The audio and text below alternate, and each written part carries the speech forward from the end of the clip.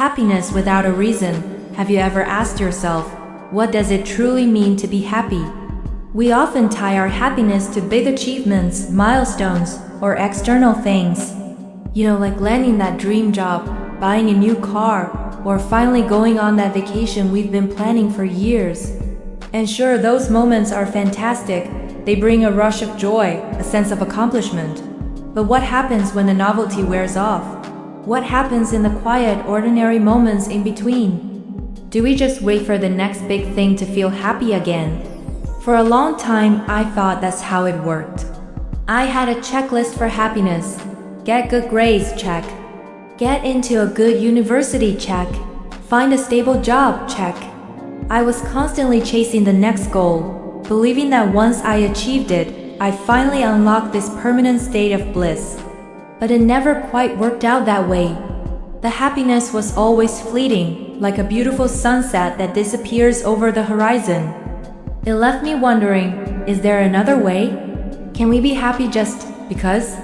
This question led me on a journey to explore the idea of happiness without a reason. It's a concept that sounds a little strange at first, right?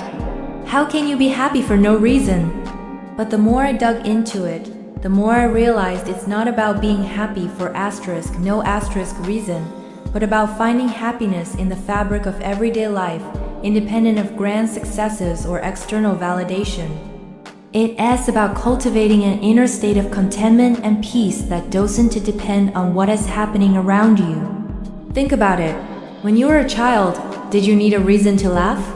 Probably not. A funny face, a silly sound, or just the pure joy of running around was enough. Children are masters of unconditional happiness. They find wonder in the smallest things. A ladybug crawling on a leaf, the pattern of raindrops on a window, the feeling of sand between their toes. They haven't yet learned to put conditions on their joy. As we grow up, society teaches us to link happiness with if and when. I'll be happy if I get a promotion.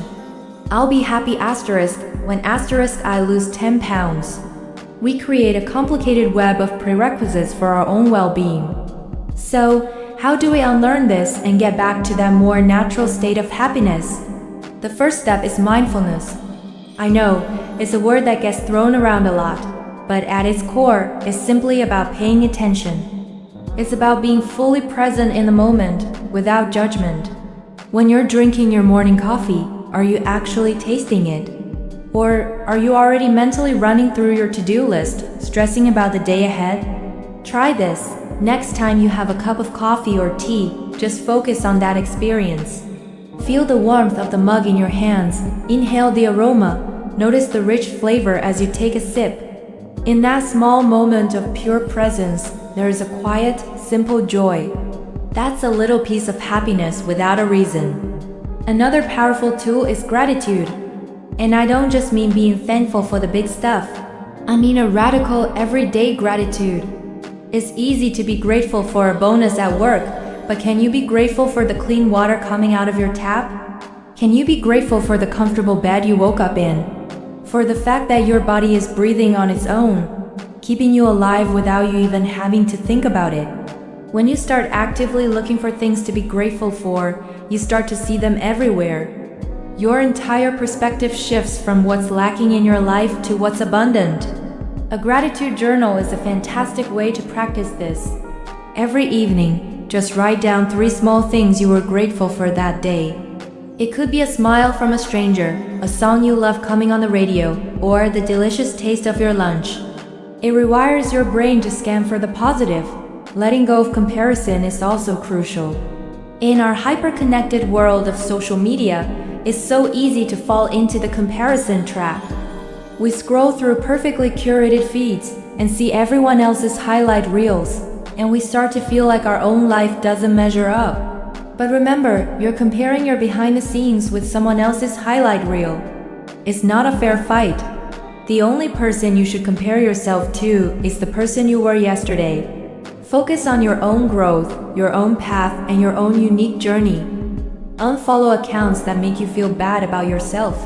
Curate your social media to be a source of inspiration and joy, not envy and inadequacy. Your peace of mind is worth more than staying in a loop. And let's talk about embracing imperfection. We often strive for perfection in everything we do, our work, our relationships, even our hobbies. But this relentless pursuit of perfection is a recipe for unhappiness, because perfection is an illusion. Life is messy, is unpredictable, and is full of flaws, and that's what makes it beautiful. Learning to embrace the good enough is liberating. Your house doesn't have to be perfectly tidy all the time. Your project doesn't have to be flawless. You don't have to have the perfect day. Allow for messiness. Allow for mistakes. Laugh at them. See the beauty in the cracks and the quirks. This is where real life happens, and where real, sustainable happiness can be found. Another key is connection. Not just online connection, but genuine, human connection.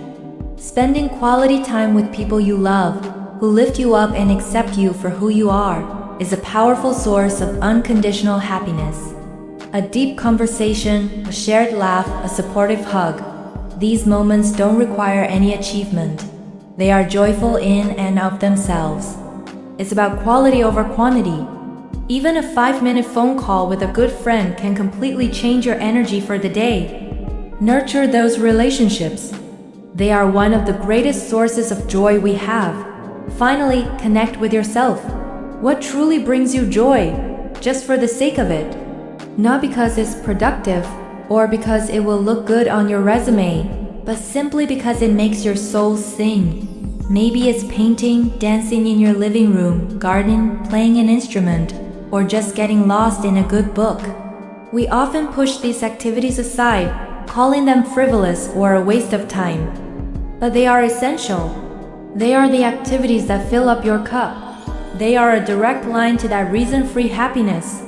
Make non-negotiable time for them, even if it's just for 15 minutes a day. It's not selfish.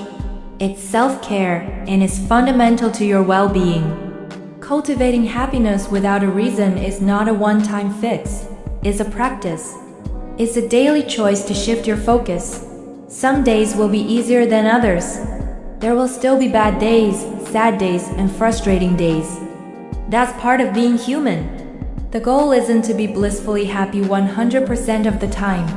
The goal is to build a resilient, peaceful inner core so that when life storms hit, you have a solid foundation to stand on. It's about knowing that your baseline state can be one of quiet contentment, and that you don't need to wait for something extraordinary to happen to feel good.